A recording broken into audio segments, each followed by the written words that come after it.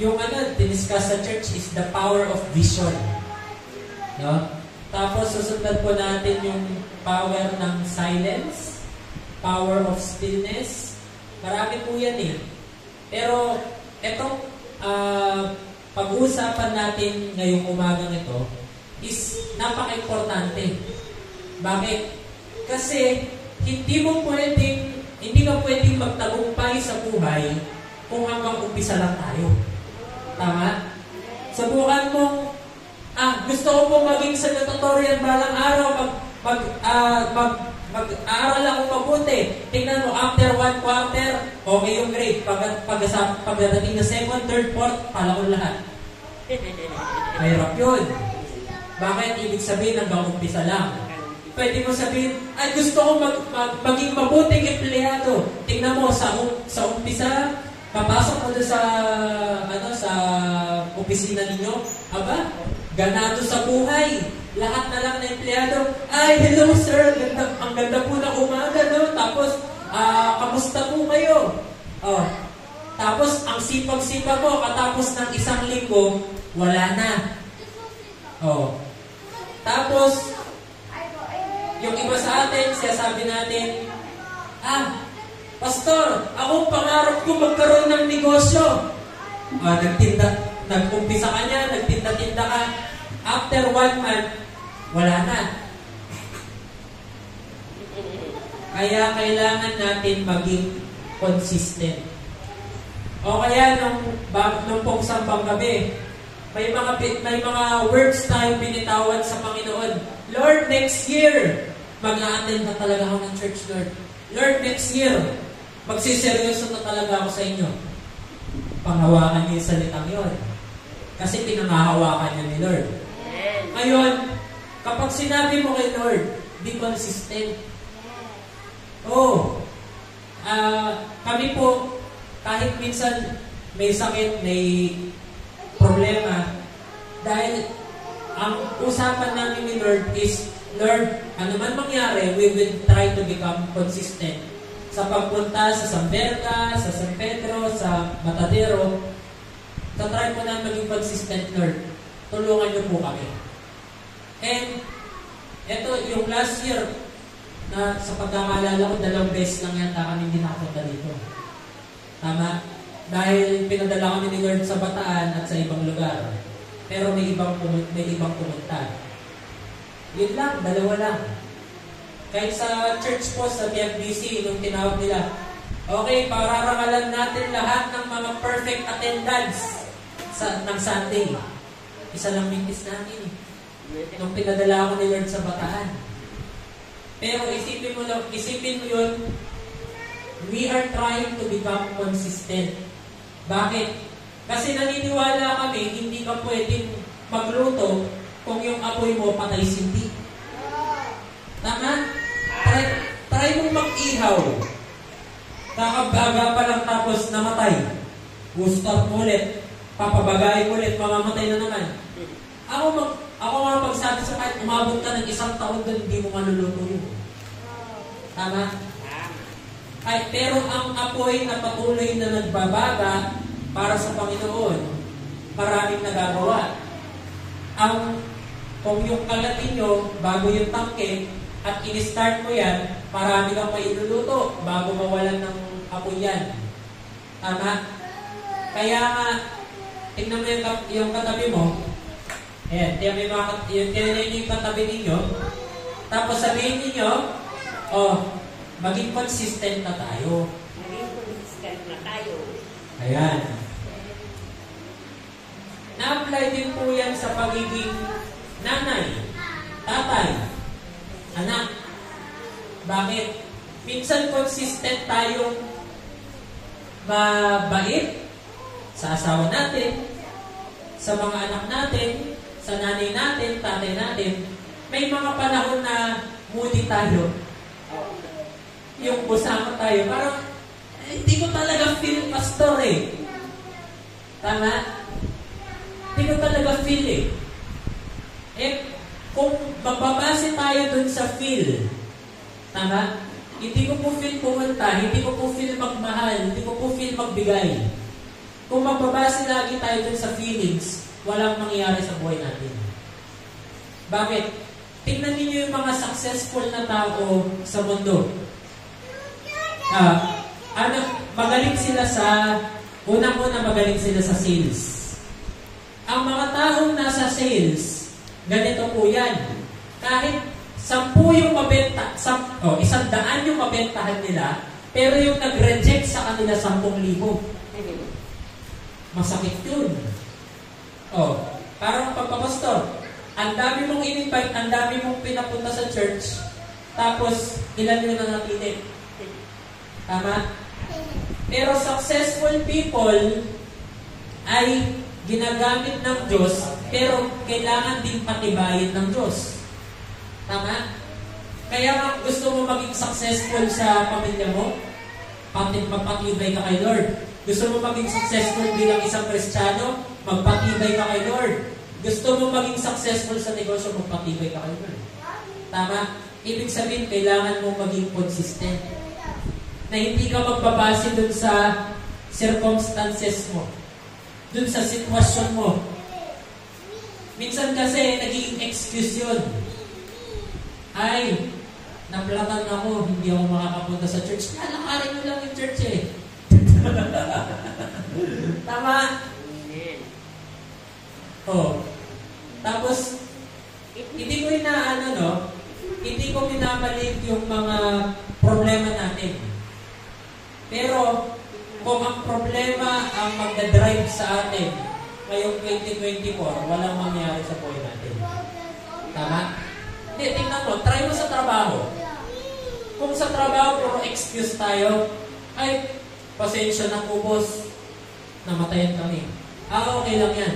Ay, pasensya na po, boss, magnininong ako sa kasal. Ay, pasensya na po, boss, attend po ako sa kasal nito. Ay, pasensya na po, boss, piyesta sa amin. Tingnan mo, 1 buwan lang matatanggal ka sa trabaho. Bakit? Kasi hindi tayo consistent. Pag hindi ka consistent, hindi ka efficient. Tama? Kasi hindi mo nagagawa ng tama yung trabaho mo. Ganun din tayo bilang Kristiyano.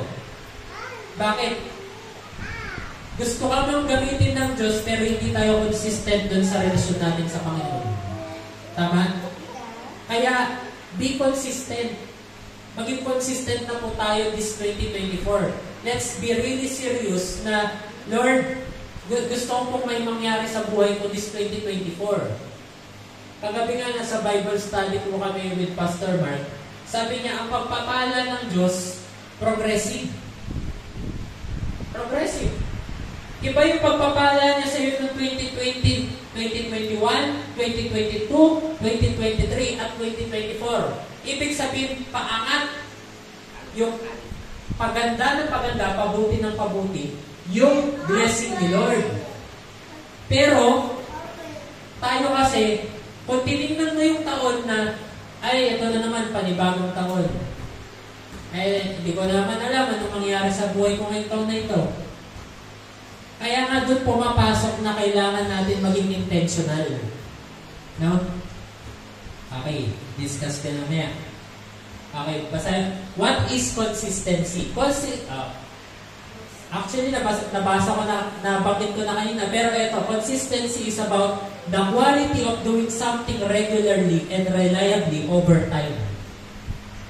Madaling umpisahan, pero mahirap magtapos. Tama? Ang ganda ninyong nag-umpisa bilang mag-asawa, as lovers, mainit ang pagmamahalan. Pero hindi ko kayo congratulate doon sa pag-umpisa. Congratulate ko kayo kapag nagtapos kayo ng maganda. Yung tipo kahit senior citizen na kayo, nandun pa rin yung apoy ng pagmamahalan. Yung, hi darling, hindi ka na sabay tayo maligo. Di ba? Sabay na tayong kumain. Mga ganun. Hindi yung after 3 years, na tutulog sa kabilang dako ng kama, yung isa na sa kabilang dako, hindi na nag-uusap. Kaya nga, let's be consistent. Minsan ganun din sa mga anak. Pag batang ganyan, yung cute-cute. Tapos, lahat ng attention ibinibigay natin. Tama? Pero pag lumaki na, matakot mo lang, bahala na kayo sa buhay ko, hindi likot ninyo. Tama? Kaya nga, maging consistent po tayo. Okay, tapos consistency is about not being perfect or never making mistakes. Pwede ka naman magkamali. No? Pwede ka naman mahirapan. Allowed naman yun. Hindi ka naman perfecto eh. Tama? Pero, at least tinatry mo na gawin yung bagay regularly. Try mo yung isang halaman. Hindi mo diligan, mamamatay. Tama? Ako, one ways na tinuro ni Lord sa akin nung nananalangin ako, sabi ko, Lord, turuan niyo po akong manalangin ng regular. Turuan niyo po ako maging manalangin ng regularly, sabi ko. Tapos sabi ni Lord, okay anak, ganito gawin mo. Sa umaga, kumuha ka ng balde. Punuin mo ng tubig, at habang kumukuha ka na ng tubig, nananalangin ka na. Tapos, ano gagawin ko po dito, Lord? Diligan mo yung mga halaman. Habang dinidiligan mo yung mga halaman, nananalangin ka pa rin. Pag natapos ako magdilig, siguro natapos na yung 30 minutes. Ngayon, sabi ni Lord, gawin mo yun araw-araw. Tingnan mo, may mga panahon na hindi ko nagagawa na mamatay yung halaman. Kaya nga, tinuro niya sa akin yung importansya ng pananalangin. Bakit? Kasi pag hindi ako consistent manalangin at pagbasa ng Bible, ang namamatay yung spiritual life ko. Ako. Hindi man yung halaman, pero ako yung nalalanat. Kaya nga, tinuruan niya ako maging consistent. Okay? Tapos, consistency is not doing the same thing over and over again without any change or improvement. Ang pagiging consistent, dapat may improvement. Ay, pastor, consistent naman ako. Chismosa ako nun, chismosa ako ngayon, chismosa ako hanggang bukas. Hindi yun ang ibig ko sabihin. Consistent. Diba? Pastor, mapangdaya ako noon, mapangdaya ako ngayon, mapangdaya ako forever. Hindi yun ang ibig ko sabihin. Ang ibig ko sabihin sa pagiging consistent, dati, bungangera ka. Ngayon, na born again ka, nakakilala ka sa Panginoon, ngayon, bumaliktad yung buhay mo, nag-improve. Dahil lang, sabit ka dyan anak. Baka sumabit yung buhok mo. Okay? Ngayon, kung dati bumangera ka, ngayon, kahit papano, nakakapagtimpi ka na. No? Kapag dati may nagagawa si Mister, parang nararat-rat siya, butas-butas na yung sa dami ng pinagbabaril mo. Ngayon, kahit papano, mga isa, dalawa na lang. Nag-i-improve. No? May improvement. Bakit? Kasi kung paulit-ulit mo gagawin ang isang bagay, habang hindi mo ito ini-improve, hindi gaganda yung sitwasyon mo. For example, nagbebenta ka. Alam ng buong bayan, ang pangit ng tinda mo. Tama, hindi masarap dyan. Ngayon, sinasabi na ng mga kapitbahay mo, hindi mo kasi ayusin. Sinusubukan mo maging consistent eh. Consistent ka pero ang pangit na lasa. Try mong i-improve. Maging consistent ka sa pag-i-improve sa buhay mo. Tama? Ako itong year na to, sinubukan ko maging consistent saan? Unang-una yung spiritual life ko. Every 5 o'clock, gigising ako. Bago magising si Agrid, si Delia, nanalaki na ako, nagpe-pray na ako, nagbabasa na ako ng Bible. Katapos nun sa office, nag-exercise ako pag walang pasyente.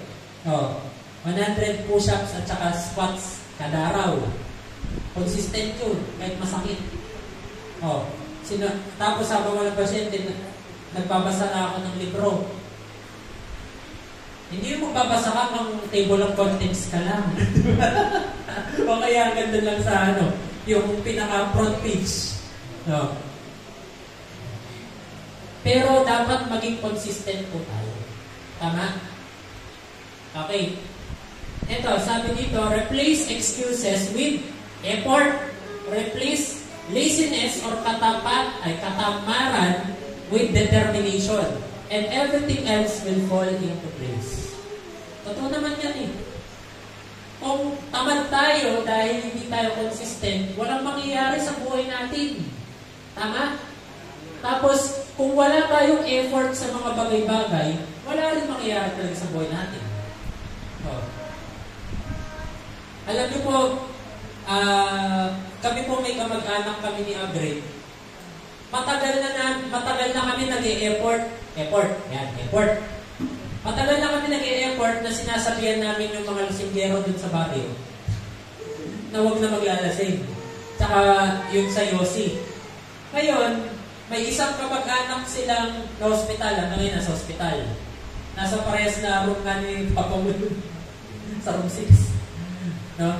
Ngayon, dinadalaw ko siya. Nagkatubig yung baga niya dahil ano.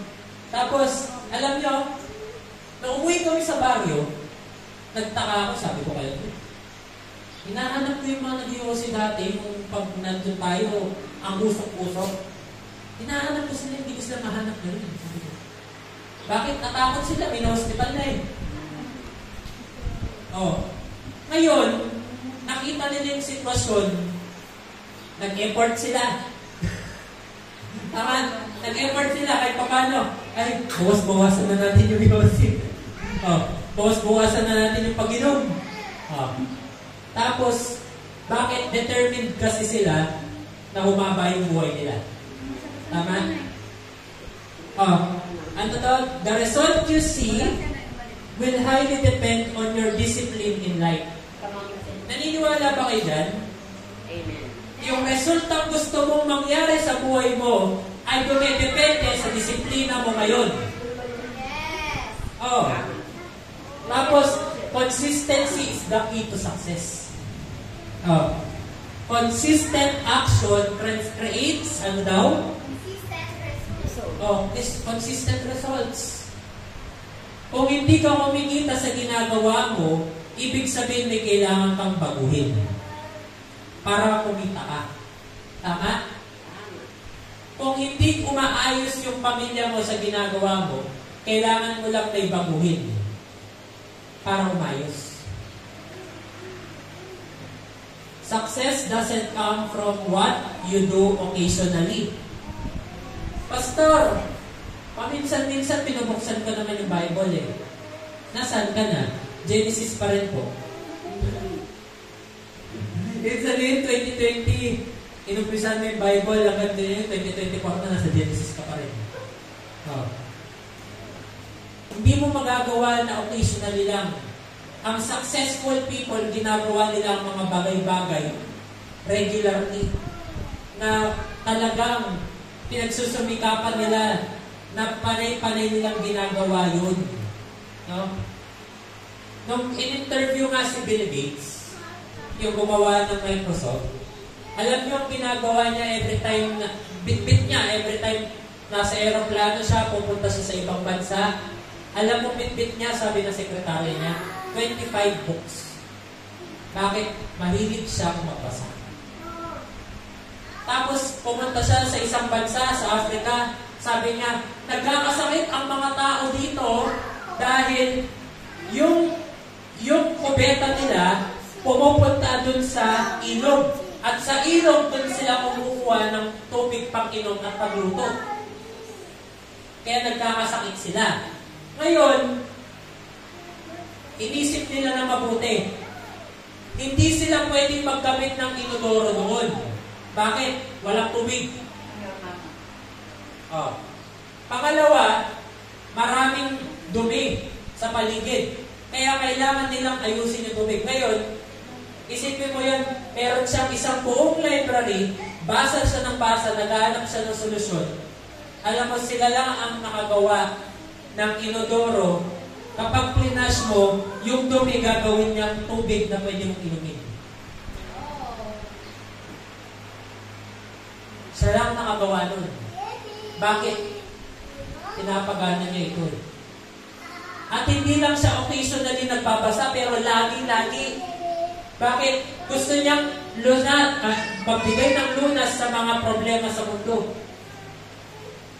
Alam mo, ang susi sa pagyaman, simple lang, siya rin sa amin ni Bishop yun eh. Paghanap ka ng problema, magbigay ka ng solusyon. Oo, magbigay ka ng solusyon. At pag ikaw yung nakabigay ng solusyon, maraming taong makikinabang. Amen? It comes from what you do consistently.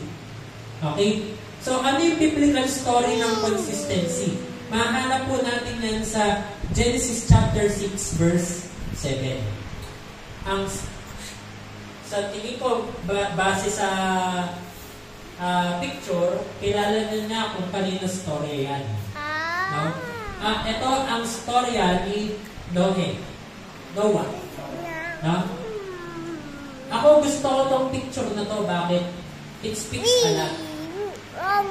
Isipin mo, kung si Noah ginamit ng Diyos para maligtas ang mga iilan na tao, pero kailangan niyang maging consistent. Tama? Isipin mo pag hindi naging consistent si Noah. Sabi niya, sabi ni Lord sa kanya, Noah, gumawa ka ng barko. Gano'n po kalaki, Lord? Kailangan ko yung barko na ganito kalaki, ganito kalalim, ganito kahaba. Okay. Tapos, saan ko po makukuha yung mga gamit, Lord? Okay, gawa ka sa barko na gawa sa ganito. Ganito ang size. Ngayon, sinabi na ni Lord. Ngayon, nung inumpisahan ni Noah, pwede naman na sabihin niya, Lord, masakit na katawan ko pwede bumas na. Lord, ang laki naman nitong barko gusto mo, pwedeng magre-recruit muna ako, maghanap muna ako ng mga katropa ko, tapos gagawin ko yung barko. Hindi niya ginawa yun. O kaya sinabi niya, Lord, dinalait nila ako. Niloloko nila ako, Lord. Sabi mo, may magkakaroon ng baha. Hindi ka patak na ulan-wala. Nung panahon na yun, takto yun eh. Tapos sabi ni Lord, babahain ko ang buong mundo. Gumawa ka ng barko. Tapos, pero anong ginawa ni Noah? Sumunod siya. Gumawa siya ng barko kahit linalait siya, kahit hinahamak siya, kahit yung mga anak niya nagtataka, tayo naman pinagagagawa natin. Lahat ng mga kapitbahay natin, linalait tayo dahil sa kalokohan mo. Sinasabi mo, babahin ng Diyos ang buong mundo. Hindi patak nga ng ulan, wala. Pero nagpatuloy si Noah. Tingnan nyo, this is the account of Noah and his family. Noah was a righteous man, the only blameless person living on earth at the time, and he walked in close relationship with God. Diba? Close sila ni Lord. Eto tanong mo dyan eh. Si Noah, walang pastor. Si Noah, walang kapatid sa pananampalataya. Pero close sila ni Lord. Si Noah, walang church na pwedeng pagsabi sa kanya paano maging close kay Lord. Si Noah nabubuhay sa mundo ng kasamaan. Na kahit saan siya tumingin, kaliwa kanan, kahit sa taas baba, masama yung mga tao. Pero siya ay nanatiling matuwid. Nanatili siyang tapat sa Panginoon. Sabi dito, now God saw that the earth had become corrupt and was filled with violence. God observed all this corruption in the world, for everyone on earth was corrupt. So God said to Noah, I have decided to destroy all living creatures, for they have filled the earth with violence. Yes, I will wipe them all out along with the earth. Build a large boat from cypress wood and waterproof it with tar, inside and out. Then construct decks and stalls throughout its interior. Make the boat 450 feet long, 75 feet wide, and 45 feet high. Sipin mo, yung palang haba ng barko, sakop na itong buong Samberga eh. Gagawa ka ng ganong kalaking barko na iisang pamilya lang kayo. Oh. Tapos sabi dito, leave an 18-inch opening below the roof all way around the boat. Put the door on the side and build 3 decks inside the boat, lower, middle, and upper. Look, tumingin ka, Noah. I am about to cover the earth with a flood that will destroy every living thing that breathes. Everything on earth will die, but I will confirm my covenant with you. So enter the boat, you and your wife and your sons and their wives. Bring a pair of every kind of animal, a male, a female, into the boat with you to keep them alive during the flood. Pairs of every kind of bird, every kind of animal, every kind of small animal that scurries all along the ground will come to you to be kept alive. And be sure to take on board enough food for your family and for all the animals. So Noah did everything exactly as God has commanded. Purihin ko ang pagbasa ng salita ng Diyos. Kung titingnan mo, sa natural na mata natin at pagkakaintindi, minsan ayaw nating sumunod sa Diyos. Kung ikaw sa panahon natin ngayon, sinabihan ng Diyos na ganyan, akalain na maraming tao, may kulilim na tayo.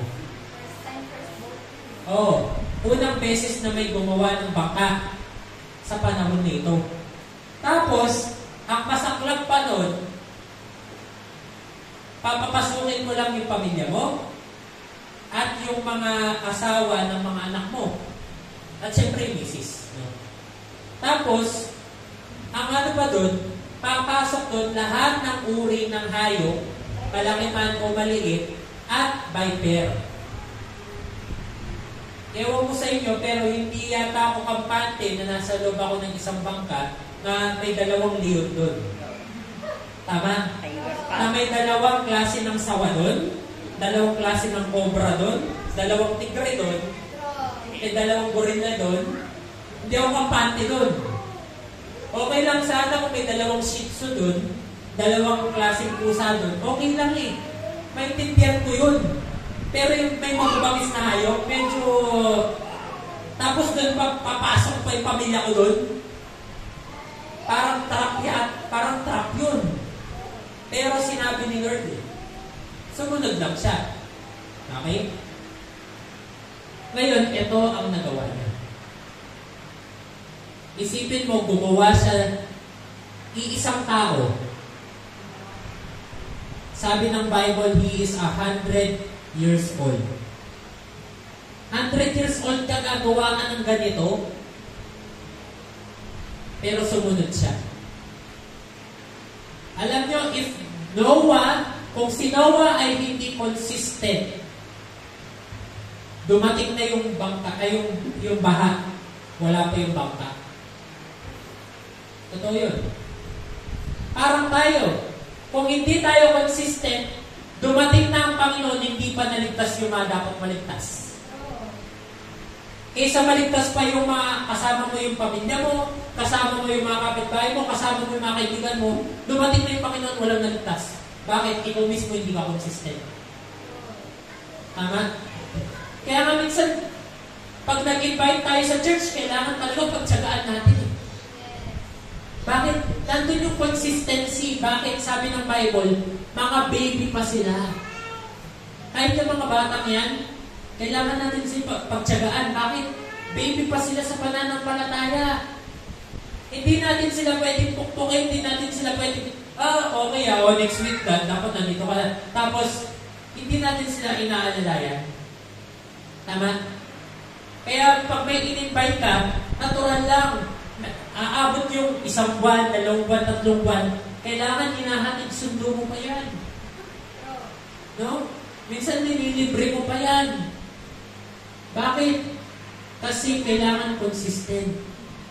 Oh. Siya sabi mo, nagbago ka na. Tinitingnan ng mga mahal mo sa buhay, sa bahay. Ay, nagbago na talaga siya. Dapat consistent ka, ha? Sinabi mo, hindi ka na madaling magalit. Aba, nakapakan lang yung bagong Q-text mo pa. Pumutok na parang bulan. Hindi mo pa alam ano ka ba yan? Nagalit ka dahil sa 50 pesos ng Q-text. Tama? Hindi po 100 na. Oo, 100. Oh. Pero sabi natin sa ating mga mahal sa buhay, nagbago na tayo. Hindi consistent. Dapat po sinabi natin binago na tayo ng Panginoon, makita yun ng mga tao. Tama? At hindi lang sa yung tipong pakitang tao lang. Hindi. Yung talagang pagbabago. At ang tunay na pagbabago, tinetest yan ng Diyos. Amen. Tama? Areas kung saan tayo mostly ginagamit ang consistency. Okay? Personal habits. Kasi kapag consistent ka, nagiging habit. Ano ba habits talaga? Hindi yung movie, yung movie kasi duwende. Ayun? Ayun? O, ginagawa. Regular na ginagawa mo. No? Kunwari, regular habit mong gumising ng alas 4 na madaling araw para maglinis, para magayos, para manalangin. Then, tingnan mo, sabi sa siyensya, gawin mo yan ng 10 araw, tuloy-tuloy, magiging siyang habit. Tama? Kung ang exercise, ginawa mo ng unang araw, mahirap. Pangalawang araw, mahirap. Pag sumasakit na yung katawan mo, kasukasuan mo, mahirap. Pero pag umabot ka ng pang 10 araw, parang hindi mo na ramdam. Bakit? Routine na eh. Nagagawa mo na eh. Patuloy na siya eh. Tama? Unang pagpasok mo sa church, mahirap. Tama? Wala akong kilalang tao. Parang dati sanay ako sa taimtim na pananalangin sa church. Eh, ang iingay ng mga taga dito sa Samberga. Oh. Pero, yung unang pasok mo, pangalawang pasok mo, pangatlong pasok mo, pagdating ng panglimang pasok mo, sanay ka na. Ini-enjoy mo na. Bakit? Naging habit eh. Oh. Ganon din pagdating sa business o kaya sa trabaho. No? Importante ang consistency sa negosyo. Kaya nasa mga balak magnegosyo, importante ang consistency sa negosyo. Nagpaparent ka, hindi pwedeng 500 ang pinag-usapan, tapos next month nagiging 5,000. Lalayasan ka ng lahat ng mga border mo. Tama? Ang McDo, ang gustong-gusto ng mga tao, ang McDonald's. Tama ba? Lahat tayo dito, kahit anong estado ng buhay mo, may isang parte ng buhay mo, nakapasok ka na ng McDonald's. Tama? O kaya nilibre ka ng McDonald's. Pero, tingnan mo, gustong-gusto ng tao McDonald's. Kahit saan ka pumunta sa parte ng mundo, ayan, kahit sa Japan pa yan, parehas ang McDo. Tama? Bakit? Consistent sila sa bawat produkto. Oh.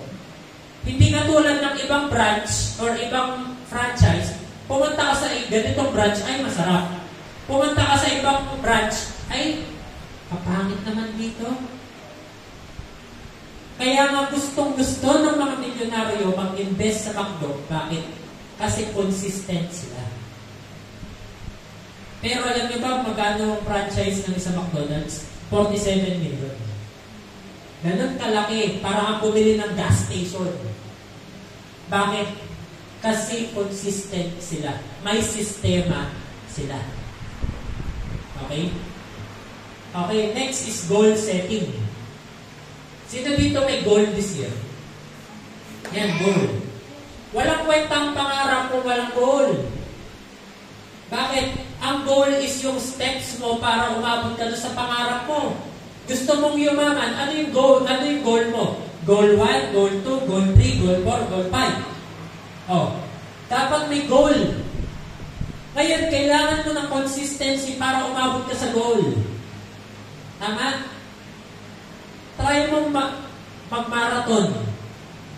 Tatakbo ka, hihinto ka. Tatakbo ka, hihinto ka. Tatakbo ka, hihinto ka. Hindi ka abot. Hindi ka mananalo. No? Yung ibang mga kasama mo, nasa goal 10 na. Ikaw, hindi ka pumabot ng goal 1. Kaya nga, hindi ba kayo naghihinayang yung iba sa atin, sinasabi natin paulit-ulit, ay, buti pa sila. Yumaman na. Ako hanggang ngayon, nandito pa rin ako. Bakit? Kapatid, hindi natin kasalanan kung pinanganak tayong mahirap. Pero yung mamatay kang mahirap, kasalanan mo yun. Tama? Kasi meron tayong choice sa mundong ito kung anong gagawin mo sa buhay mo. Tama? O ngayon, kung nagpagamit ka sa Diyos, inuna mo si Lord, in-honor mo si Lord, at talagang nagsipag ka, hindi ako magtataka pagpapalain ka ng Diyos. Amen? Siya palakalan si Lord. Kaya nga dapat may goal. Okay, ano sinasabi ng Bible tungkol sa consistency? Okay, 1, 2, 3, basa. Therefore, my beloved brothers, be steadfast, immovable, always abounding in the word of the Lord, knowing that the Lord will labor is not in vain.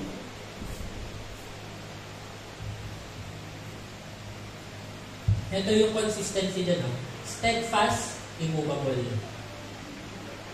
Huwag mong hayaan na diktahan ka ng sitwasyon. Pero lagi kang dapat immovable. Kasi bakit? Hindi ito na-try nyo na, di ba? Sa mga nagtrabaho dyan, tingnan mo kahit nagdi-dinneryo ka na, nangungumbulsyon ka na, nagtatrabaho ka na. Amen. Tama? Amen. Immovable. Eh bakit pagdating sa negosyo, hindi parehas? Eh pastor, sa akin naman yung negosyo na yun eh. Hindi. Immovable. Oh. Pastor, eto nakakalungkot bilang pastor. Pagdating sa simbahan, pagdating sa trabaho, hindi pwedeng mali. Laging nandyan. Tama? Pero pagdating sa simbahan, ano ka lang maintindihan ako nila?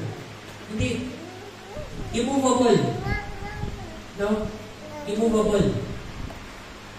Kaya nga,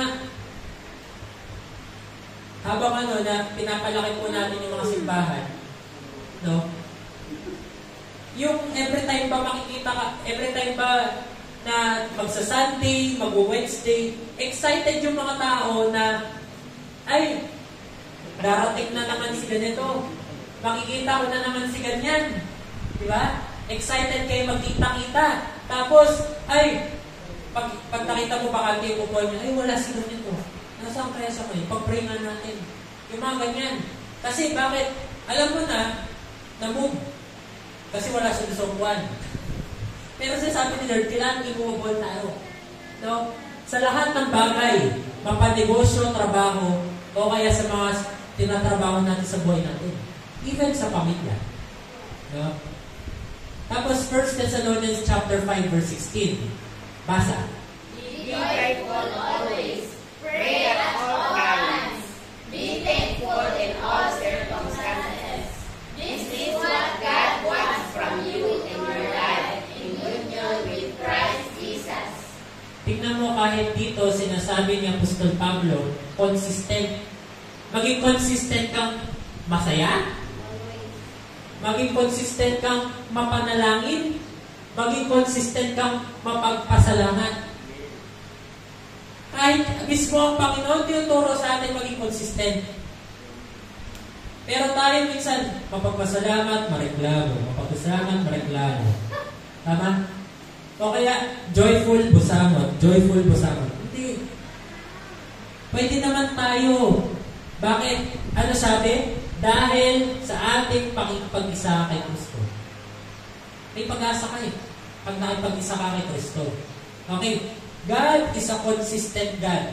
Pakikita natin yan sa Malakay 3:6, James 1:17, Hebrews 13:8.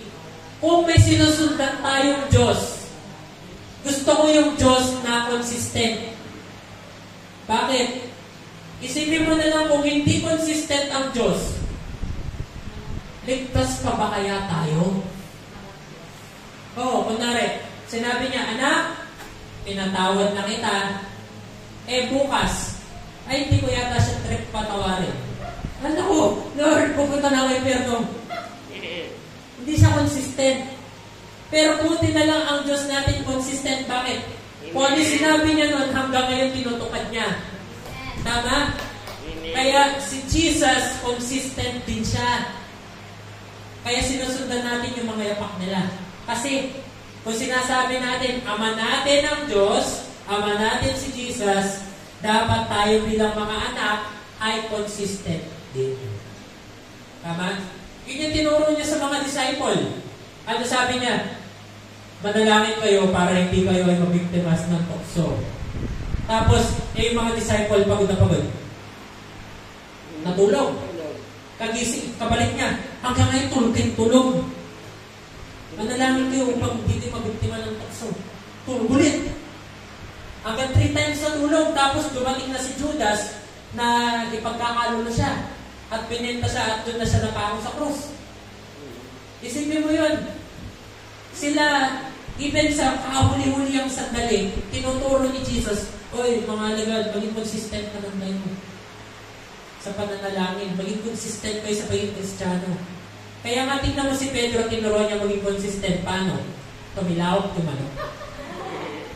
Tama? Kristiyano ako, kasama ko si Jesus. Tapos, naku, natakot si Jesus. Hindi ko kilala yan. Tama?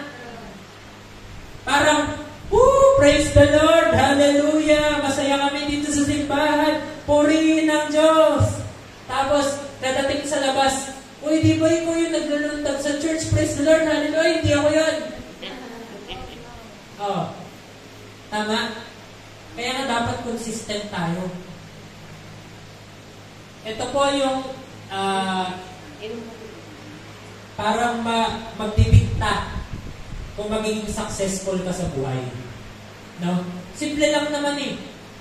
Una, may pangarap. Sino may pangarap dito? Amen. Tama? Yung pangarap mo, yan ang tinatawag nating vision. Sabihin natin vision. Vision. Okay. Yung vision mo, yun yung nagbibigay sa'yo ng determinasyon. Kaya ka nagpapatuloy. Tama? Amen. Ngayon, ganito. Bibigyan ko kayo ng konting exercise, no? Tikit niyo yung mga mata ninyo. Tikit niyo yung mata ninyo. And gusto kong imaginein mo kung ano yung pangarap mong buhay. Kunwari, umabot ka na ng yung tipong magre-retire ka na. Ano yung gusto mong maging buhay?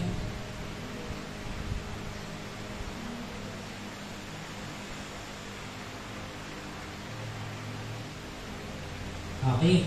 Nakita nyo ba? Nakita nyo? Yun yung tinatawag nating vision. Ngayon, ang tip ko sa inyo, i-print nyo yan. I-print nyo. Kunwari, gusto mo sasakyan. Anong klaseng sasakyan?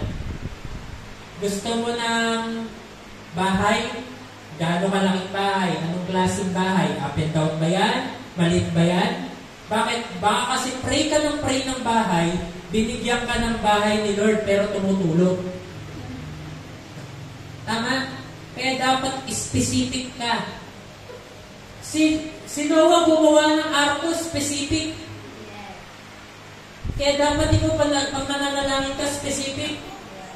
Lord, bigyan niyo po ako ng makakatuwang sa buhay. Lord, gusto ko po yung maka-Diyos. Binigyan ka ni Lord maka-Diyos pero bungal. Ayaw mo. Tama? O kaya, Binigyan ka nga ng pogi ni Lord, ang sama naman ng ugali. Be specific. Okay? I-print mo.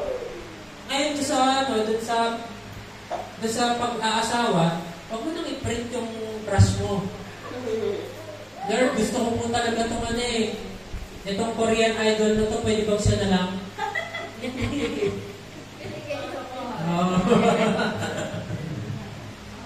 So, kailangan maging specific ka. Okay, Lord, kunwari kami, Lord, pinapangarap po namin magka-negosyo. Anong klaseng negosyo? Kasi yung negosyo yun, i-print mo, ikabit mo sa pader. Okay, Lord, gusto po namin, nangangarap po kami ng bagong sasakyan na 4x4. I-print mo nun para araw-araw nakikita mo. Bakit? Yun yung nagpapagana sa buhay mo eh. Tama? I-print mo rin yung itsura ng maayos yung pamilya ko, tapos ito yung mga kaapu-apuhan ko. I-print mo rin. I-print mo rin yung naglilingkod ka sa Diyos. I-print mo rin. Kabit mo yun sa isang parte ng pader. Tapos, ikabit mo doon yung mga prayer request mo. Bakit? Kasi habang nag-uumpisa ang taon, nakikita mo niyan kung alin yung sinasagot na ng Diyos. At habang sinasagot ni Lord, isa-isa chinechekan mo. At pag natapos yung taon, makikita mo gaano kabuti ang Diyos. Amen?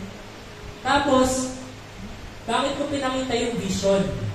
Kasi sabi sa Bible, where there is no vision, the people are unrestrained. Ano yung unrestrained? Walang disiplina. Tama?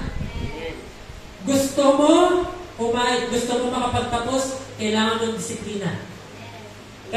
Gusto mo magka-negosyo, kailangan mo magdisiplina. Hindi pwedeng kada kumikita ka, iuubos mo pag shopping. Tama? Gusto mong umunlad sa buhay, kailangan mong disiplina. Gusto mong umalis yung pamilya mo, kailangan mong disiplina. Gusto mong gamitin ka ng Diyos, kailangan mo ng disiplina. Kaya nga, pag walang vision, wala kang nakikita sa buhay mo, alam mo kailan nawawala yan?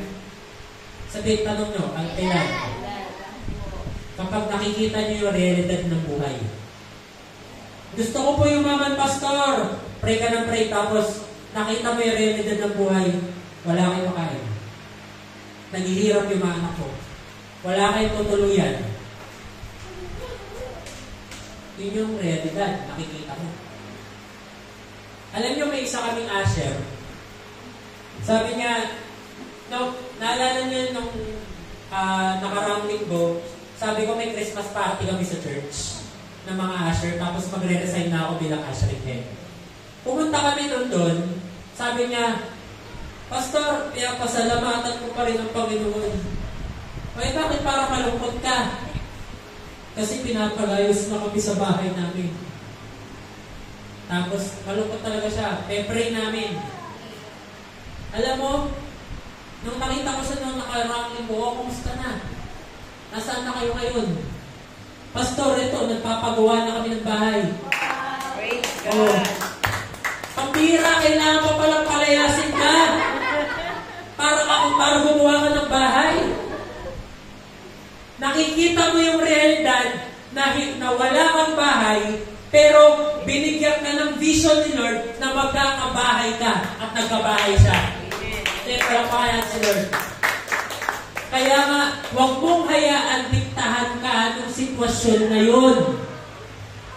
Kasi hindi yan death sentence. Hindi yan yung katapusan. Tama? Tapos sabi dito, but happy is he who keeps the law. Masaya ka ba? Kahit na nandun yung sitwasyon, nakikita mo, pero masaya ka ba na sinusunod mo yung pinagagawa ng Diyos? Amen. Amen? O, balik tayo dito. Kailangan mo ng ibig sabihin, kapag may disiplina ka, may priorities ka. Tama? Kung hindi ka disiplinado sa pananalangin, ibig sabihin hindi mo priority. Kung hindi ka disiplinado magbasa ng word ni Lord, ibig sabihin hindi mo priority. Kung Kung lagi kang late sa church, ibig sabihin hindi mo priority. Tama? Kung darating ka ngayon, mawala ka bukas, ibig sabihin hindi mo priority. Kaya nga, kailangan natin disiplina. Tama? Ngayon, pag ito nagawa mo, okay, meron kang prioridad. Meron kang vision, meron kang priority, lalagyan mo ng effort, tapos magiging kang consistent. Okay? Sabihin po natin consistent. Consistent. At pag may consistent ka, may resulta. Tama? Ano ang benefits ng pagiging consistent? Consistency produces intimacy. Hindi ka pwedeng, sino may asawa? Taas kamay. Ayan, may asawa ka, yan. Ngayon, kapag may asawa ka, kapag hindi ka consistent magmahal sa asawa mo, huwag mong expect maging close kayo. Tama? Pero yung consistent kayo sa bawat isa, kahit na pagod ka, kahit na gutom ka, kahit nahihirapan ka, consistent ka, tingnan mo mag-work, magiging maayos. Ganon din sa Panginoon. Hindi pwedeng nag-aapoy ka ngayon, naglalamig ka bukas. Hindi pwedeng na always kang nandito ngayon, tapos lagi kang absent bukas. Consistent dapat tayo. Tama? Bakit? It produces intimacy with the Lord. No? Kaya nga, sinus ko talaga na magising ng alas 4 o alas 5 ng madaling araw. Bakit? At least wala akong excuse. Lord, malilate na ako sa trabaho. Yung aga ka. Lord, kailangan kong gawin to. Kataos ko naman na lang, pwede ko naman gawin yun eh. Wala akong excuse. Kaya I chose na magising ng alas 5. Bakit? Para maging consistent ako sa pananalangin. Tama? Tapos, ito sabi sa Revelation 3:15, I know your works. You are neither cold or hot. Would that you were either cold or hot. So, because you are lukewarm and neither hot nor cold, I will spit you out of my mouth.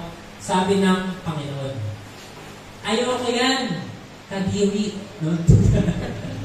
Ayoko yan. Hindi siya mainit, hindi siya malamig. Tama? Kahit naman tayo, ayaw natin yung ganun. Walang dating. Consistency is equals to integrity. Ito, binanggit ko na kanina. Hindi ka pwedeng Kristiyano ngayon, asal demonyo bukas. Tama? Kailangan consistent. Bakit? Hindi mo ma-win ang pamilya mo kung inconsistent ka. Tama? Sino dito nagpe-pray? Lord, sana makakilala yung asawa ko. Tama? Lord, sana makakilala po yung mga mahal ko sa buhay. Lord, sana po makakilala yung kapitbahay ko, yung mga kaibigan ko. Kapatid, kailangan consistent ka. Alam niyo, nag-Bible study po kami nung Thursday, yung bago po namin Bible study with yung mga barkada ko. Alam niyo, sabi ko sa kanila, alam niyo naman, friend, nung wala pa ako sa Panginoon, napakalibog ko doon. Napakawalang iya ko doon. Pero buti na lang yung Diyos. Kaya nga ako naniniwala ako, kung ako pinagawa ko ni Lord, dahil hindi na kayong baguhin. Kaya, sabi naman nila, ano talaga, amen, praise the Lord. Bakit kilala nila ako nun eh? Bakit sila naniniwala sa akin ngayon? Na konting aya lang, sumama sila. At hindi lang sila sumama. Consistent sila. Alam niyo ba, magta-third week na kami, hindi sila bumakalya. Pag dumating pa yan, may dalang lechon manok, may dalang kung ano-ano. Bakit? Kasi excited sila. Bakit? Nakita nila yung pagbabago sa akin. Kaya nga nung nandun kami sa baag, nangiyak-yak pa nga ako sabi nila, Pre, alam mo, proud kami sa'yo. Alam mo, naiyak ako doon. Bakit? Hindi ko expect yung mga hindi mananampalataya na maging proud sa akin. Pero sabi niya, very proud kami sa'yo. Bakit, bro? Sabi niya. Kasi alam namin, ginapak mo kung nasaan pa kayo. Oh. Pero kailangan maging consistent. Ginapak ko man, mabagal man, at least papunta ako sa gusto kong puntahan. Tama? Kaya sabihin mo din sa katabi mo, mabagal ka man, pero magpatuloy tayo. Amen. Tama? Matthew 5:37. Let what you say be yes or no. Anything more than this comes from Amen. Ay, hindi ko sinabi yan. Sinabi ni Lord. Kaya pag sinabi mo kay Lord, either yes lang or no. Walang, baka, pupunta ka ba? Baka, pastor. Tama? Maintindihan ko naman kung sasabihin mo mayroon kong lakad eh. Pero if sinabi mo kay Lord yes, sabihin mo yes at gawin mo. Siya sabi niya, wag mo sasabihin yes tapos hindi lang mo pa rin. Amen? Kasi integridad yun eh. Try nyo. May mga kaibigan kayo, sasabi mo, oh bro, tara, punta tayo, outing tayo. Sabi ng kaibigan mo yan, tapos akong bahala sa inyo. Sige, mamamalengke tayo doon, gagawin natin to. Magwawalwal tayo doon. Akong bahala sa inyo. Kadating doon, isip ko doon wala siya nilabas. Oh, susunod niya na mag-alay yung barkada mong yun, maniniwala ka ba? Hindi na. Bakit? Integridad eh. Oh, tapos Titus 2:7-8. Show yourself in all respect to be a model of good works, and in your teaching show integrity. Kaya nga ako bilang pastor, bago ko ituro, kailangan ginawa ko muna. Tama? Gusto ko ituruan magnegosyo, kung hindi ko pa ginagawa, hindi ko tuturo. Tama? Kailangan pangunahan ko muna.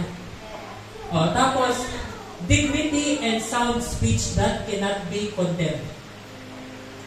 O, may dignidad at sound speech na hindi pwedeng akusahan at hindi pwedeng i-judge ng kung sino mang tao. Ibig sabihin, integridad ka. Okay? Tapos, para saan daw? So that an opponent may be put to shame, having nothing evil to say about us. Kahit maraming sinasabi sa iyong negatibo ang maraming tao, kung ginagawa mong tama sa Panginoon at wala kang ginagawang masama, sabi mismo ng Diyos, ipapahiya sila ng Diyos dahil sa kabutihang ginagawa mo. Kaya nga, tingnan mo, kung ginagawa mo ng mabuti yung masama sa'yo, sila yung nanggigigil sa'yo. Kaya, darating sa ang panahon, mananahimik sila, at hindi lang yun, maniniwala sila sa sinasabi ng Panginoon. Amen. Amen. Kaya ngayon mga kagalit natin, one day kasama na natin sa church. For such is the will of God, by doing right, you may silence the ignorance of foolish men. Okay? Consistency helps you get God's blueprint. Okay. Bakit binigyan ng blueprint si Noe? Pastor, bakit hanggang ngayon hindi ko pa rin alam saan patungo yung buhay ko? Kapatid, hindi ka consistent. Maging consistent ka sa relasyon mo sa Panginoon. May nakakakita man o wala, may nagpapasalamat man sa'yo o wala, pinapansin ka man o hindi, magpatuloy ka. Kasi consistency yun eh. Tama? Ngayon, kung ikaw consistent ka, ako, yung blueprint ng Diyos para sa buhay ko, hindi niya sinabi sa akin yun nung bago ako mananampalataya, hindi. 5 years na akong tuloy-tuloy, doon pa lang sinabi ng Diyos anong plano niya sa akin. May napanaginipan ako na famous na preacher na talagang kinahangaan ko yung buhay niya. Tapos, doon sa panaginip na yun na napaka-totoo. Nasa isang malaking simbahan kami, mas malaki pa sa PFDC. Tapos, nandun lahat ng tao, nandun si Bishop, nandun yung mga pastor, at nandun din ako, nandun yung pamilya ko. Ngayon, siya daw yung guest speaker. Yung taong kinahangaan ko. Ngayon, nung tapos nang kumanta yung mga tao, hinahanap daw siya ng MC, nawawala. Pinuntahan ko daw siya doon sa hotel, wala. Pinuntahan ko daw siya, hinanap ko daw siya. Tapos nahanap ko siya doon sa likod ng simbahan, nakasando at nakashort. Tapos sabi ko sa kanya, "Uy, ano ginagawa mo? Malapit ka na, ikaw na yung susunod. Ikaw, tinatawag ka na dun sa stage. Ikaw na rin makangaral ng salita ng Diyos." Tapos, binigay niya sa akin yung mic. Sabi niya, "Ikaw na. It's your turn." Alam mo, umiyak ako, nagising ako, umiiyak ako sa Panginoon.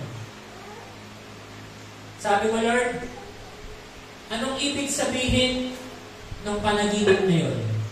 Nung sinabi ko yun sa pastor ko, sinabi ko yun sa mga propeta, sinabi ko yun sa apostol, it is what it is, sabi nila.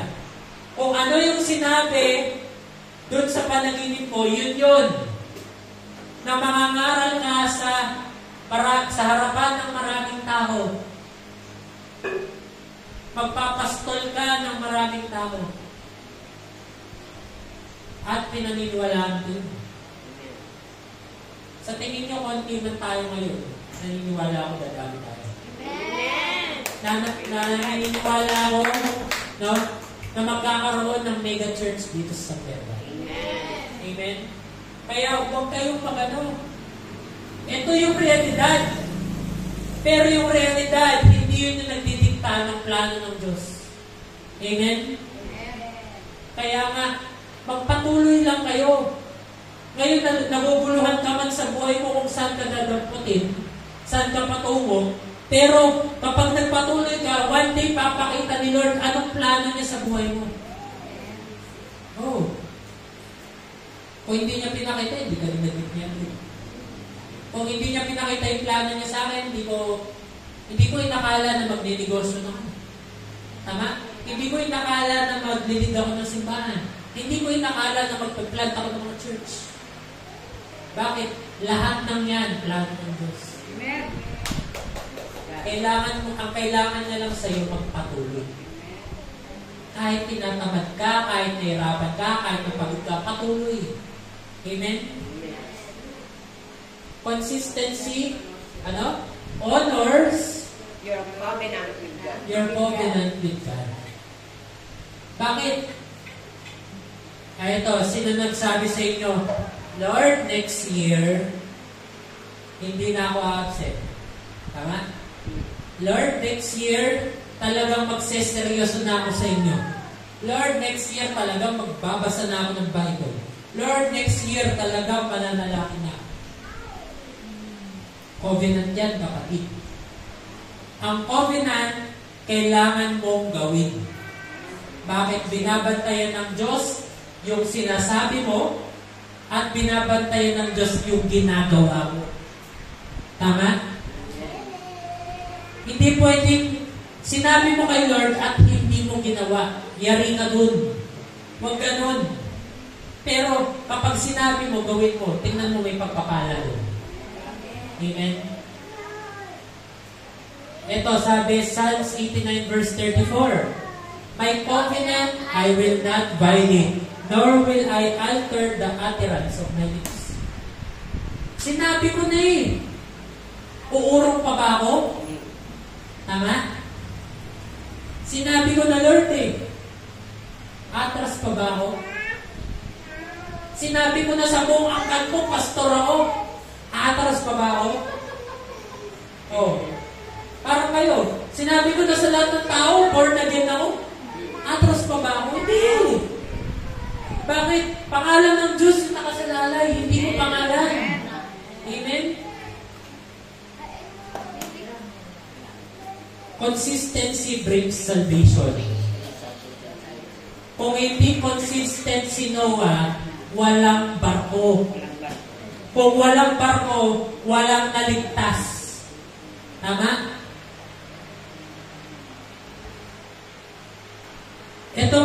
Ito, sino yung mga naligtas nun? Naligtas yung tao, naka-close ni Noah, at yung mga hayop. Tama? Kami po, dun sa prayer room po namin, ayan, sa mga hindi nakakaalam, ako, isa sa mga pinakaayaw kong hayop is palaka. Oh, is palaka. Pangit kasi. No? Ngayon, dun sa prayer room namin, nung umuulan, may lumabas, alam mo yung parang maliit na bilog? Yung maliit lang, yung parang kabutin na lumalabas pag malamig. Oo. Oo. Ngayon, nandun yun sa prayer room namin. Eh, siyempre, expect mo sa prayer room, nandun ang presensya ng Diyos. Tama? Nung unang araw, piniset ko na. Yan, piniset ko. Tapos, kinabukasan, buhay na naman. Pangatlong araw, piniset ko. Kinabukasan, buhay na naman. Anong ibig sabihin nun? Kung si Noah nga, kahit mga hayop, dinigtas ng Diyos. Yun nga pala ka, ayaw ko na nga sa buhay ko eh. No?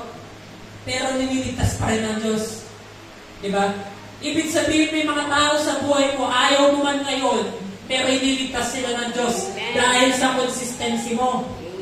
Tama? Dahil sa integridad mo. Dahil pinanghawakan mo at tinayuan mo ang salita ng Diyos.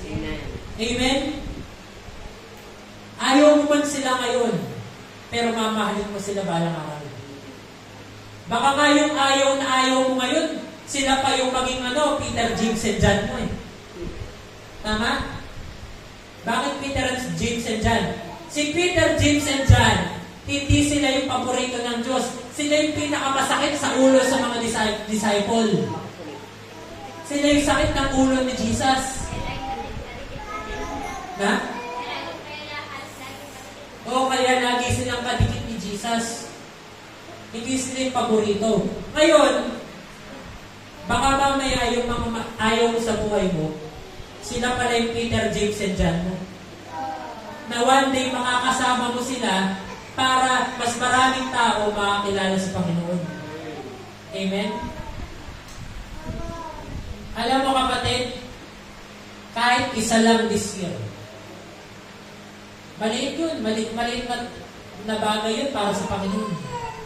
Kunwari sa angkan ninyo, sa inyong magkakapatid, kahit isa lang. Kahit sa inyong workplace, kahit isa lang. Sa mga kasama mo sa trabaho, kahit isa lang. Kasama mo sa bahay, kahit isa lang. Bakit? Tanong niyo bakit? Bakit po? Dati pinabatimos ka, mag-isa ka lang, at least ngayon, dalawa na kayo. Tama? Nag-recruit ka na eh. Next year, 3 na kayo. The following year, 4 na kayo. Pag natapos yung 10 years, 10 na kayo. Ilan na lang yung nagbabatikos sa inyo, bakit mas marami na kayo ngayon? Umpisahan mo. Kaya nga consistency brings salvation. Yung mga taong yun, kailangan mong pagtsagaan, arugain, hanggang manurture mo sila at sila mismo makakilala sila sa Panginoon. Hindi naman porket kinidnap kita sa Panginoon, sinako kita, dinala kita sa church. Ay, born again na yun. Hindi! Kailangan maniwala sa Panginoon. Tama? Sana nga ganun kadali eh. Ayan, meron naman tayong Innova. Magsusuot na lang kayo itim, tapos may sako tayo, shoot natin sa Innova. Dadalhin natin din sa church. Sana nga ganun kadali. Pero hindi. Tama? O sabi, Beloved, I urge you, as aliens and strangers, to abstain from fleshly lusts which wage war against the soul. Ano sabi? Keep your behavior excellent. O. Eto, tama ba na alien tayo sa ibang simbahan? Tama ba? Hindi natin karilihin yung mga yun. Tama? At yung ibang simbahan, ganun din yung isip nila sa atin. Alien tayo. Ngayon, kung alien tayo sa isa't isa, eto sabi ng Panginoon, keep your behavior excellent. Dapat daw wala silang kapuna sa'yo. Bakit? Sabi, so that in the tip in which they slander you as evildoer. Sino na ang nasiraan dito? Siniraan. Tama? Sino na yung binatikos dito? Sino na yung binackstab dito? Diba? Ang dami natin. Ang dami pala natin. Di lang pala ako nag-isa. Ngayon, kung may mga ganun man sa buhay mo, praise the Lord. Bakit? Kasi, kung behavior mo excellent, sabi dito, they may be you as evildoer, they may, because of your good deeds. Binabatikos ka, hindi dahil sa masama mong ginagawa, pero sa kabutihang ginagawa mo. Ngayon, sabi dito, as they observe them, dahil minamatsagan ka nila, sabi, they may glorify God in the day of visitation. Magpukos sa kanila ng pagpupuri sa Diyos dahil sa buhay mo. Kaya nga kailangan consistent yung buhay mo. Amen. Tama? Lastly, ito gusto natin to. Consistency brings provision. Tama?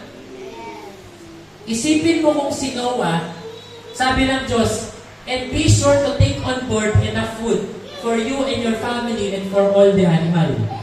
Nandun yung pagkain sa lupa, kung tatamad-tamad si Noah, hindi siya nagbungkal, hindi siya nagtanim, hindi siya nag-ani. Sabi niya, tsaka na Lord, masakit katawan ko, gumagawa ko ng barko eh. Tama? Tsaka na Lord, may bukas. Alam nyo, isa sa mga bagay na dapat natin tanggalin, yung ugaling Pilipino na tsaka na. Tsaka na. Bukas na lang. Kaya nga kaysa nagiging born again ka, nagiging tsanak tayo. Kasi kakatsaka na natin. Tanggalin natin yun. Yung tsaka na habit. Pag yun natanggal mo, tingnan mo, magiging consistent ka. At pag naging consistent ka, magkakaroon yun ng provision. Bakit? Tingnan mo. Meron po kaming ka-Bible study. Manicurista lang yun. Tama? Ang akala ng mga tao, linalang-lang nila manicurista. Pero tingnan mo sinong minamanicure niya. Sina Bishop, yung mga pastor, si Gob, yung mga mayor, yung mga congressman, yung mga doktor, yung mga lawyer. Ngayon, alam mo sabi niya, habang minamanicure niya yung isang doktor, dahil suki niya. Alam mo, napakabait mo sa amin, sa pamilya namin. Isang tawag mo lang, pupunta mo kami, talagang pinaglilingkuran mo kami. Tapos, ano ba pwede namin maitulong sa'yo, sabi ng doktor. Ay, Dok, nakakahiya naman. Hindi ko nga alam kung anong hingin ko sa inyo, pero wag na, sabi niyo talagang gusto ko lang kayong paglingkuran. Tapos, alam mo, nalaman ng doktor na yung isa-isa niyang anak na dalaga, magbe-veterinaryo. Hindi niya alam saan kunin yung pagpatuition ng bata. Ano sabi ng doktor? Bet, huwag ka na magalala. Ako nang bahala. Ako nang bahala. Pag-aaralin ko yung isa-isa ng dalaga. Bakit? Consistency produces provisions. Isipin mo, manicurista may bagong bahay? Manicurista lang, magkakaroon na sila ng 4 wheels niyan. Manicurista, magkakaroon silang veterinary anak. Bakit consistent? Kung hindi lang siya naglilinis ng kuko, nagkakaroon siya ng relasyon doon sa mga nililinisan niya at mabait siya doon sa mga nililinisan niya. Kaya it brings provision. Ito kami nga nung kumain kami doon sa Asok. Ito na kwento ko na ito ng Bible study. Kumain kami doon sa may Asok, doon sa may bypass. Pag pumunta ka doon, maliban sa malinis ang pagkain at masarap ang pagkain, ang talagang pinaka-highlight doon, napakabait ng mga waiter. Kasi talagang, hello po sir, dito po tayo. Kasi wala kang pa-plastikan na makikita. Kahit pagod sila, kahit hirap sila, talagang napakabait nila. Tapos, yung tipong pasara na nga lang sila, pagbubuksanan ka pa nila at pagluluto ka pa nila. Ihintayin ka pa nila. At aayusin pa nila yun. Tapos, yung tipong nagsaselfie ka, ay sir, kami na lang po. Napakabait ng mga waiter. Tingnan mo, kung ganun ang service sa isang business, tatanungin ko kayo, sa tingin nyo ba kakain ka pa doon ulit? Siyempre. Bakit? The best yung binibigay nila na hindi mabigay ng ibang tao. Kung ganun yung negosyo mo, ganun ka bilang empleyado, hindi ka problema kung ikaw ay tatanggapin bilang empleyado. Tama? Hindi ka problema kung yung business mo ay malulugi. Hindi. The best nga Kami nga nagtitinda kami kimchi yung gumagawa noon. Parang factory na yung ginagawa niya. Bakit? Ang dami niyang order daily. Bakit? Kasi the best ang ginagawa niya. May puso. Shout out sa mga nakatikim. Bumili na po kayo ulit. Hindi, mag-resell kayo. Bakit? Nakita nyo na yung quality. Pwede naman yung itinda rin. Kahit pa 20 pesos lang, nakakatulong kayo. Bakit? Yung kasi gumagawa nun, yung 30% nung kinikita niya, di ko nga alam kung may kinikita pa yun Shout out, Diluate. Di ko nga alam kung may kinikita pa yun. Sino magkano lang yung binibenta sa amin? Tapos pinapasobrahan niya pa? Pero, the best yung ginagawa niya, malinis. At pinag-aralan niya pa yun sa Japan. Pero tingnan mo, ang daming kumukuha sa kanya at 30% nung kinikita niya, tinutulong niya sa lahat ng mga nagsisimulang churches. Kaya isa po siya sa mga tumutulong sa atin. Isipin mo yun. Kaya hindi ako nagtataka bakit pinagpapala ni Lord yung business niya. Ngayon sabi niya, paano kaya ako makagawa ng luncheon meat na walang na healthy? Iniisip niyo yun. Kung titignan mo lahat ng content ng luncheon meat, walang healthy dun. Tama? Punong-puno ng preservatives. Kung pag araw-araw yun, mapapadali buhay mo. Pero isipin mo, pinapaisip yun sa kanya ni Lord, paano gawin healthy yun? Kung tayo makakagawa tayo ng produkto na makakatulong makapagpahaba ng buhay ng mga tao. Tandaan nyo, maraming product ngayon, dinadaya na. Hindi kayo maniniwala, nanay. Yung mga produkto nun, di ba mas malaki? yung mga nasa 90s, 80s, yung lumpia dati, di ba ganyan? Ngayon, ganito na lang. mura pa nun. Mas malutong pa siya nun. Mas cheesy pa siya nun. Eh, bakit ngayon, hindi na? Eh, what if gumawa ka ng produkto na kaparehas nun, pero mas healthy? Oo. Tapos, hindi mo dinadaya yung timbang, pero nagdadagdag ka pa. Sa tingin mo ba, marami bibili sa'yo? Oo. Mauuna na ako dun. Bakit? Gusto ko doon sa lumpia. Oo, pero ngayon wala na. Ang liit. Bili ka ng isang pack, lugi ka pa. Diba? Ay, may isa pa pala. Consistency is obedience. Simple lang. Kapag consistent ka, ibig sabihin, nag-o-obey ka kay Lord. Kasi kung hindi ka consistent,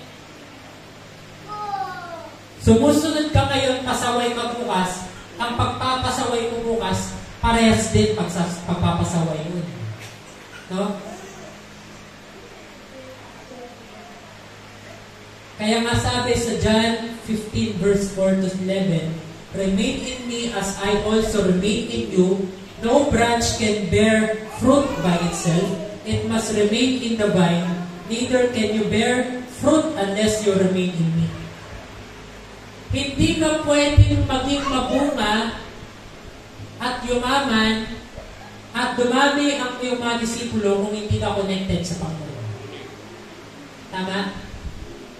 Kaya kayong mga taong pinapayaman ng Diyos na connected sa Kanya, kaya nilang dalhin yung pagiging mayaman nila.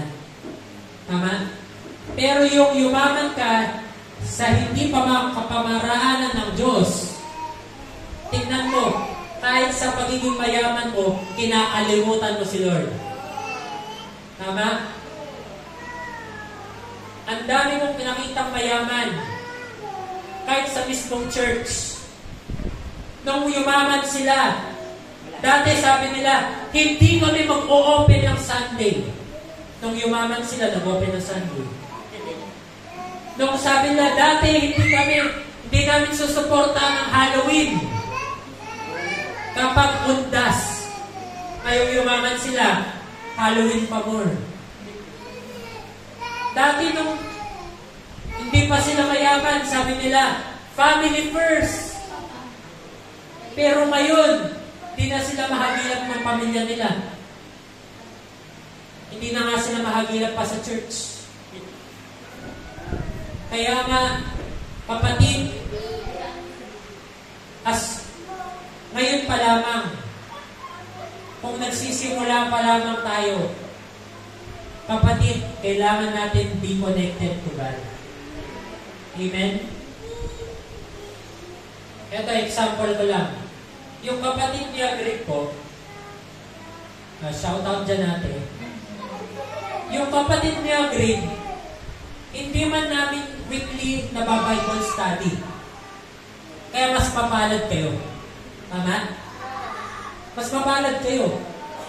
Every other month, minsan nga pumapayama kami, 2 months, di kami nakapunta doon. Bakit? Sunod-sunod yung gawain natin dito. Pero alam mo, sa sobrang uhaw niya, nakikinig siya dun sa mga live stream. Ayan, tulad niya, live stream. Nakikinig siya dun sa mga turo na ginagawa ko sa YouTube. At hindi lang yun ina-apply niya. Alam mo, nagsimula kami parang a year ago lang.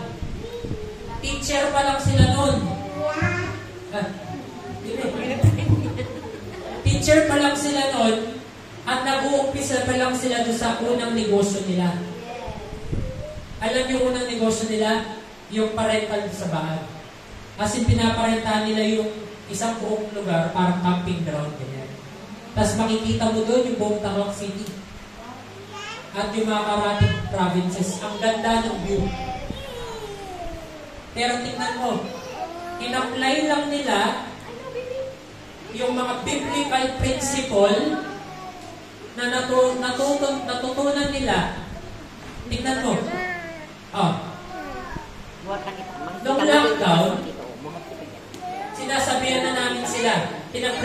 sila. Kasi pinag-pray daw nila na magkaanak sila. Ngayon, nag-lockdown. Wala silang mabilan ng Diyos. Wala silang mabilan ng alak. May time sila sa isa't isa. Nagkaanak. Nung nagkaanak, sinabot ni Diyos sa panalangin nila, may anak siya. Ngayon may negosyo na sila, yung rental. Alam niyo, pinagpala pa sila ng Diyos dahil sumusunod sila doon sa mga prinsipyo na naririnig nila mula sa karturuan ng Diyos. Tingnan niyo, meron silang bukid, meron silang paisdaan, at hindi lang paisdaan yun na 4 na pispad yun. 4 na pispad. Kapatid ko yun. Tapos, tagsi 600 kilo kada isa. Ang harvest kada 3 months. Nag-umpisa siya sa maliit. Pero ngayon pinapalaki na nila. And siya yung nakakatuwang namin doon. Siya ngayon siya yung isa sa mga rene-raise naming disciple doon sa San Pedro. Kaya nga, mga kapatid, huwag po kayong mainggit doon sa success ng iba. Pero, please po, mas mapalad po kayo. Bakit? Kasi kami po bilang mag-asawa, mas tinututukan namin kayo. Kaya, wala pong rason kung bakit hindi kayo pagpapalain ni Lord. Nasa pagsunod nyo lang yan. Amen? To summarize, kailangan nyo ng dream, ng vision, ng priority, para magkaroon ng effort. At pag may effort na maging consistent na effort, at doon nagkakaroon ng resulta. Kaya kapatid, ito ang challenge ko sa inyo. Maging consistent na tayo. Amen?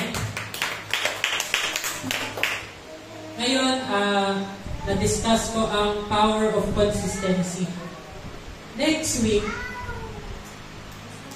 ang di-discuss ko is the power of intentionality. Hindi ka pwedeng maging consistent kung hindi ka intentional. Naniniwala kayo doon? Intentional. Okay?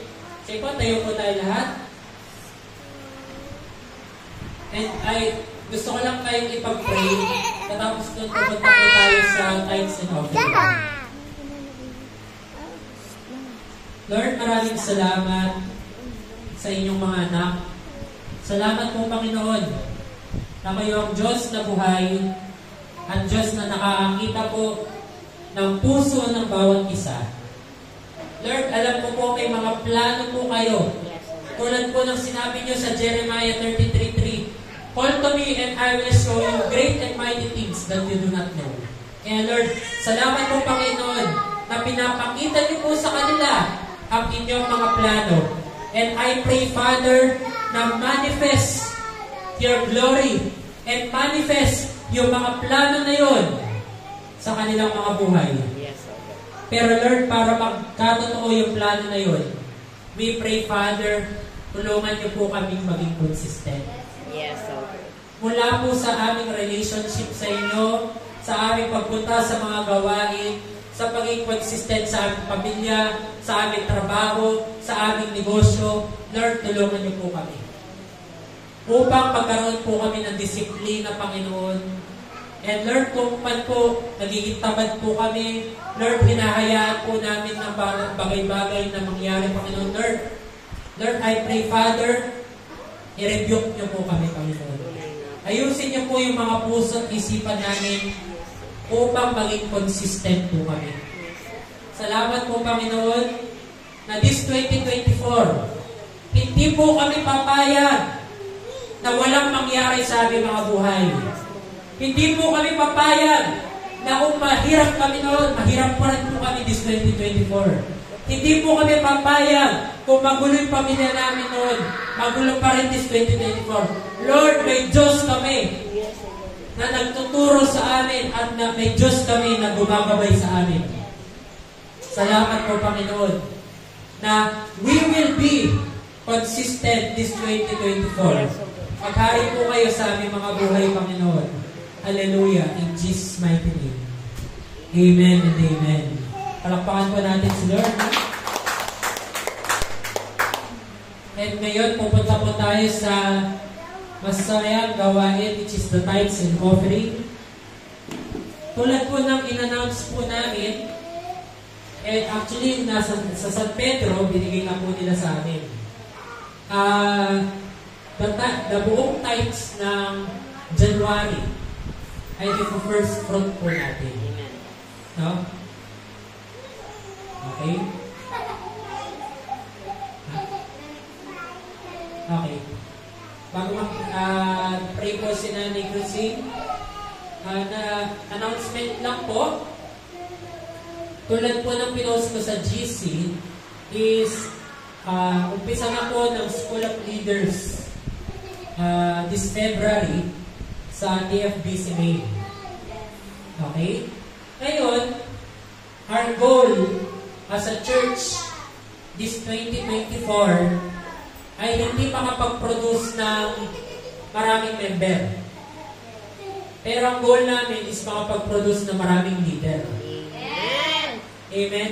At kailangan po natin magpa-undergo dun sa process. Okay? Okay, mag-alala, kasi i-guide din namin kayo